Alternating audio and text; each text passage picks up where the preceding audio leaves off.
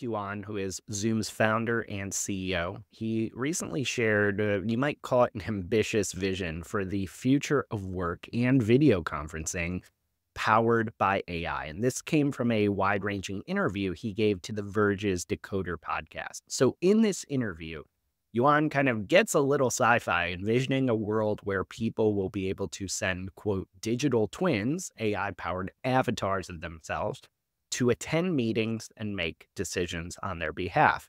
He said, quote, let's say the team is waiting for the CEO to make a decision or maybe some meaningful conversation. My digital twin really can represent me and also can be a part of the decision-making process.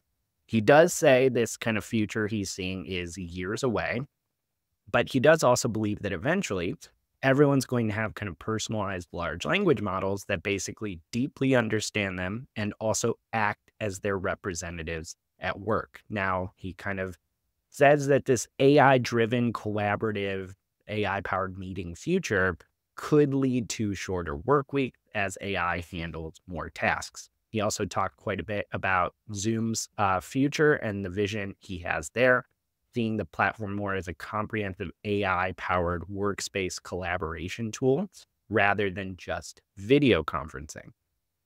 So, Paul, you kind of had flagged this interview as one really interesting that you had listened to, and I'd be curious about your thoughts on kind of Yuan's like core claims here. Like digital twins certainly sounds plausible. Do you think it's likely? This is one of the more bizarre interviews I've ever listened to. So I've never listened to this guy talk before. I don't think I've ever heard an interview with him. It got weird really fast. Like, and Neil, he did a great job with the interview. Like he was really pushing him on like, well, how is this all going to happen? Like, Right. you're talking about like this very not far off world, like 3 to 6 years, where we're just going to send AI avatars of ourselves to meetings, and that avatar is going to have the ability to make decisions. Like, how would that work? Like, what are the guardrails? And so like Neil kept pushing him on like all these, but what about this? And how's this good? And he had no answers to any of it. Like, it was, so the part that I found so bizarre, one, a guy who runs Zoom hates meetings. Like, it is very, very clear he despises meetings. Doesn't want to ever be in them, doesn't like email, doesn't like work, basically. Like, he very, specifically he says, like, we should just be with our friends and family, which I don't disagree with. Like, I mean, there's the spirit of some of what he was saying, that we do too many repetitive tasks, that we should free ourselves up. We shouldn't have to go to all these meetings. Maybe we don't even need to work 5-day weeks. Maybe it's 3-day weeks, and we shouldn't have to do emails, and we shouldn't have to do all these tasks. Like, I get that. Like, there is a spirit of that, but it just comes across as someone who really doesn't like work at all, specifically meetings, which his platform enables. And so he has this vision for the future that seems quite disconnected from reality, where we're just not going to do any of it. Like, the AI is, I think at one point you said like 90% of what we do, the AI is just going to do. And Neil was like, well, but we have a lot of project managers that listen to our podcast. You're saying they're not going to have any jobs. He's like, yeah, basically. So I think that I don't want to live in the future he envisions, which made me actually quite worried, because we're huge Zoom users. Like, we use the platform for webinars, for meetings, for chat, for everything. And I don't buy into the future this guy's seeing. Like, I don't think it's a good future. Like, I don't want my AI showing up and making decisions, and I don't want to meet with Mike's AI and have Mike's AI meeting, making decisions. And so it was kind of like, well, when do you actually show up? Like, when do people get the privilege of your human form coming to meetings? And it was like, not much. Like, my AI avatar is just going to do it all for me. So I just felt like it was a very uncomfortable vision for the future from a company that plays a key role in the future of work. And the thing I found most striking is, as the CEO, he apparently had zero plan for how this was actually all going to happen. And they don't plan to necessarily build any of it themselves. It was almost like, I think AI is going to be able to do this stuff, and we'll enable it within our platform. And now, if you want to know how we'll do it, or like how many versions of the AI avatar there will be, or what models it will be built on, or how we'll make it secure, or how we'll know to trust its decision-making ability. Like, eh, we'll worry about that in like 3-4 years when this starts becoming reality. It's like, no, you're presenting a future that is quite different from the present. You should have some form of an idea of how that's going to happen and what the impact is going to be on your own employees. Like, could you imagine, Mike, if I sat here and said, yeah, so in like 3 years roughly, this is what SmarterX and Marketing Institute are going to look like. And 90% of what all of our employees do is going to be done by their AI digital twins. Mm. Mike may have some questions for me about what Yep. that means for his job. It's like, yeah, Mike, it's nice that you can go do talks, but I think your digital twin is going to do most of those talks. Right. And we're just going to like, you're going to license your persona to us because that's part of your employment agreement. And you're going to be like, wait, what? And so I could just imagine like being a Zoom employee and like listening to this interview and being like, I have no idea what the vision for this company is. So it was weird. And Mhm. I think like, it's just important as the future of work is a very important area of research to me. It's one of the things I spend a lot of my time thinking about.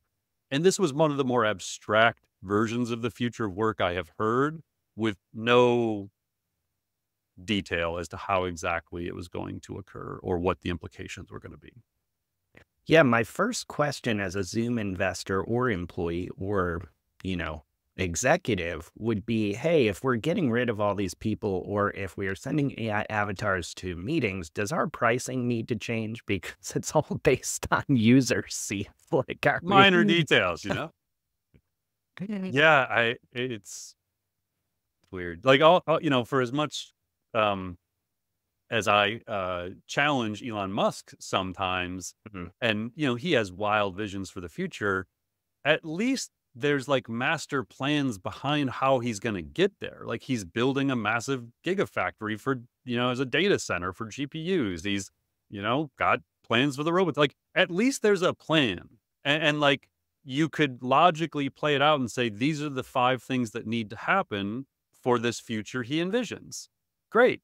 I just feel like that's what a CEO does. Lay Right. out a vision, but then like lay out a plan of the milestones to get to that. And maybe, I don't know, maybe just decided like to start talking about this wild idea he had in his head that morning and hadn't actually like planned to say it. And now he's got to like re-engineer. But it sure sounded like something he's been thinking about for a long time when he was saying it in this interview. Yeah. So just to kind of wrap this up, though, we are seeing, I don't know if are seeing a fundamental shift in work or meeting behavior just yet, but we are seeing, people have, for better or for worse, AI note takers now showing up to meetings. Like, how are you seeing, we've got meeting summaries, which are Yeah. really helpful in Zoom. How are you seeing some of the way we do work change a little bit due to AI right now?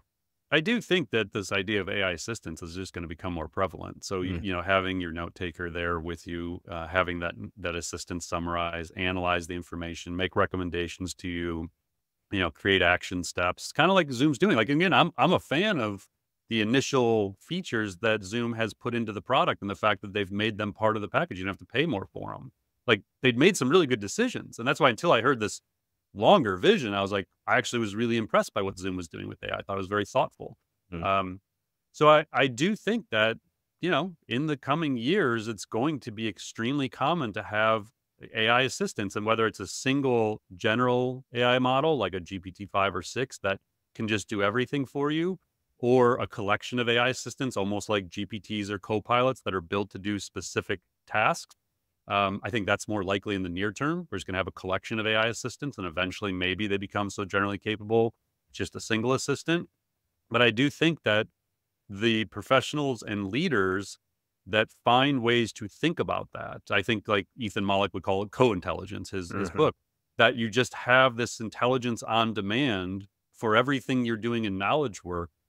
That's possible now. And I think that the leaders and practitioners who figure out how to do that well can have a massive competitive advantage in the near term, while most other people are still trying to comprehend it and find some basic use cases. So, like, I think of this, everything I do as a CEO, as a podcast host, as an author, as a researcher, every single workflow I go through, I now think about, can I build an AI assistant for this? Like, Mhm. this is something I do the same thing every time. Um, Can I just build a thread in Gemini, or can I build a GPT that does this? So it's already flipped my mentality to where I'm constantly thinking about the way to create an assistant that can work with me on these tasks. And that keeps getting smarter over time.